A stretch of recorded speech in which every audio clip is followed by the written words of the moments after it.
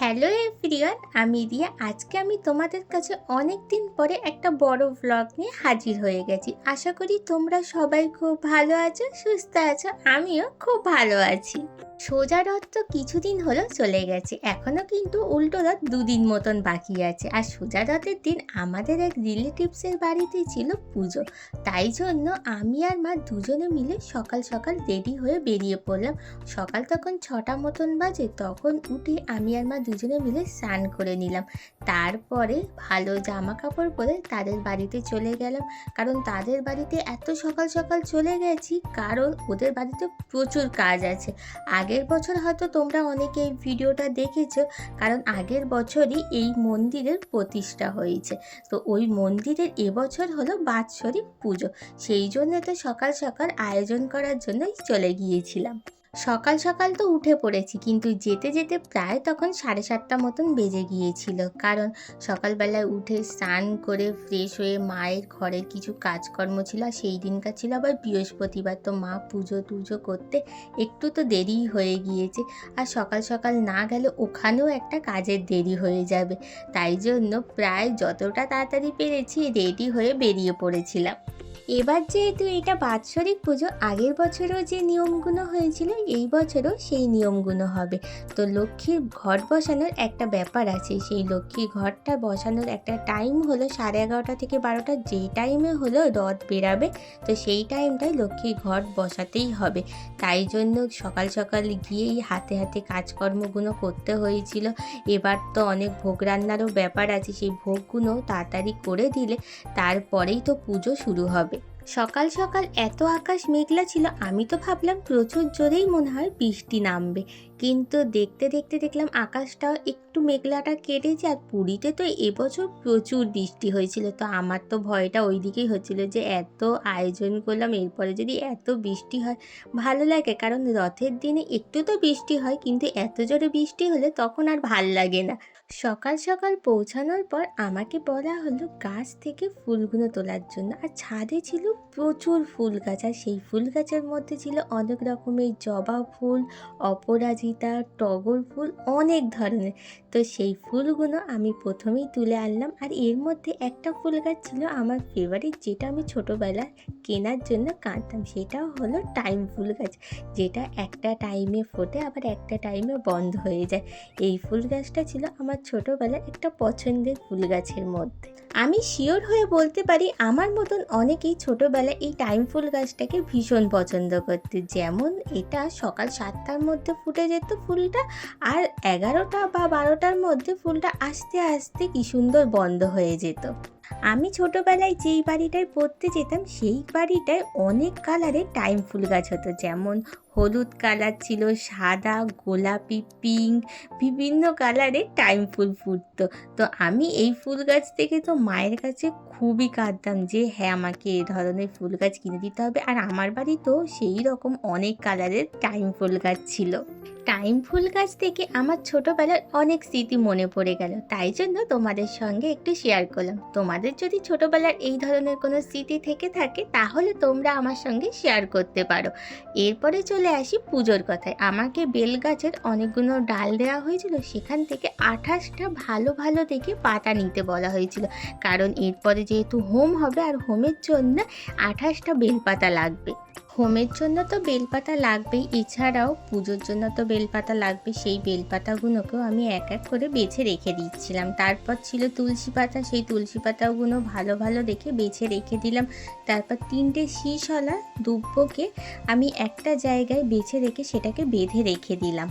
হোমের জন্য তো 28টা বেলপাতা লাগবে, এছাড়াও নর্মাল পুজোর জন্য যে বেলপাতাগুলো লাগবে সেইগুলোকে আমি ভালো ভালো দেখে বেছে রেখে দিচ্ছিলাম। তারপরে আমি খুব সুন্দর করে আলপনা দিয়ে দিলাম। তো এই ছোট ছোট কাজগুলো আমি এইদিকে করে রাখছিলাম। তোমাদের তো ঠাকুর ঘরটা দেখালাম, ওখানে লক্ষ্মী গণেশ ছাড়াও আরও অনেক ঠাকুর ছিল। তো আমি যখন আলপনা দিয়ে আসলাম, মায়ের তো সব ফল কাটা হয়ে গিয়েছিল। তো ওখানে 7 রকম মতন ফল ছিল। তো সেই 7 রকমের ফল আমি 12টা থালার মধ্যে সাজিয়ে অন্যান্য ঠাকুরকে খেতে দিয়ে দিলাম। এই ছোট ছোট কাজগুলো করা হয়ে যাওয়ার পর দেখলাম ঠাকুরের ভোগও একদম রেডি হয়ে গিয়েছে। তো এই ভোগের মধ্যে কিন্তু অনেক কিছু ছিল, যেমন 7 থেকে 8 রকমের ভাজা ছিল। তাছাড়াও ঠাকুরের জন্য লুচি, পোলাও সব কিছুই হয়েছিল। তো সেটা আমি তোমাদেরকে পরে বলছি। এরপর 11:30 থেকে 12টার মধ্যে বললাম যে পুজোর একটা ঘট বসানোর নিয়ম থাকে, তো ঠাকুরমশাই সেই ঘরটা নিজেই বসিয়ে দিয়েছিল। তারপরে যখন ভোগ সব কিছু রান্না হয়ে গেল, তারপরে ঠাকুরের যে আসল পুজোটা সেটা শুরু হয়েছিল। ঠাকুরের পুজো শুরু হওয়ার পর মা একদিকে অঞ্জলি দিচ্ছিল, সেই অঞ্জলিটা দেওয়ার পরে আমিও বেশ কিছুক্ষণ ওখানে পুজো দেখছিলাম। তারপরে একটু ছাদে চলে আসলাম, এসে দেখলাম এক পাশে কী সুন্দর মেঘলা আকাশ হয়ে আছে, আর এক পাশে কী সুন্দর শরতের মতন মেঘ এদিক ওদিক ঘুরে বেড়াচ্ছে।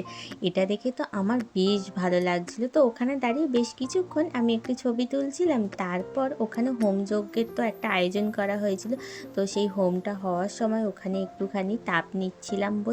তারপরে পুজো হয়ে যাওয়ার পর মন্দিরের ভিতরটা গিয়ে একটু দর্শন করে আসলাম। তখন তো একদম পুজো কমপ্লিট হয়ে গেছে। ততক্ষণ ওখানেও একটু বসে আমি একটু ছবি তুলছিলাম। তারপর একটু বসে থাকতেও ভালো লাগছিল ওই মন্দিরে।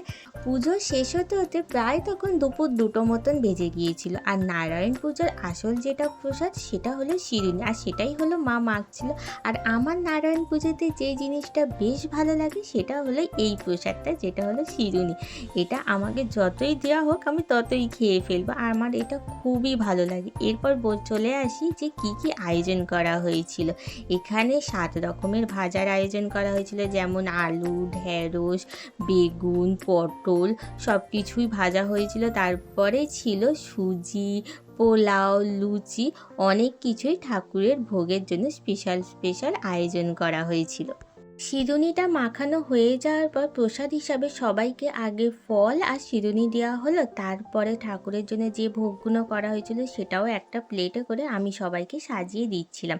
তারপরে চলে আসি মেন খাবার দাবারের যে আয়োজনটা হয়েছিল, যেটা সবার জন্য করা হয়েছিল। সেটা ছিল ফ্রাইড রাইস, আলুর দম, চাটনি, পাঁপড় আর পায়েস। পুজো বাড়িতে খাওয়া দাওয়া মানে আমিষ খাবারের থেকে নিরামিষ খাবারগুলো এত সুন্দর হয় যে নিরামিষ খাবারগুলো খেলে মন একদম ভরে যায়। তো এখানে এই আলুর দম, ফ্রাইড রাইস, তারপরে পায়েস থেকে শুরু করে যা আয়োজন করা হয়েছিল সেইগুলো খেতে জাস্ট অসাধারণ লাগছিল। দুপুরবেলায় খেতে খেতে প্রায় তখন 3:30 মতন বেজে গিয়েছিল। তারপর বেশ কিছুক্ষণ ঘরে থাকার পরে চলে গেলাম শখের বাজারে। আর শখের বাজারে আছে সাবন্য রায়চৌধুরীর বাড়ি, মানে এখানে একটা রাজার বাড়ি আছে, ছোট্ট মতন একটা খুব সুন্দর বাড়ি। তো সেই বাড়ি থেকে বিশাল বড় একটা রথ বার করা হয়। তো সেই রথটা দেখতেই চলে গিয়েছিলাম শখের বাজারে।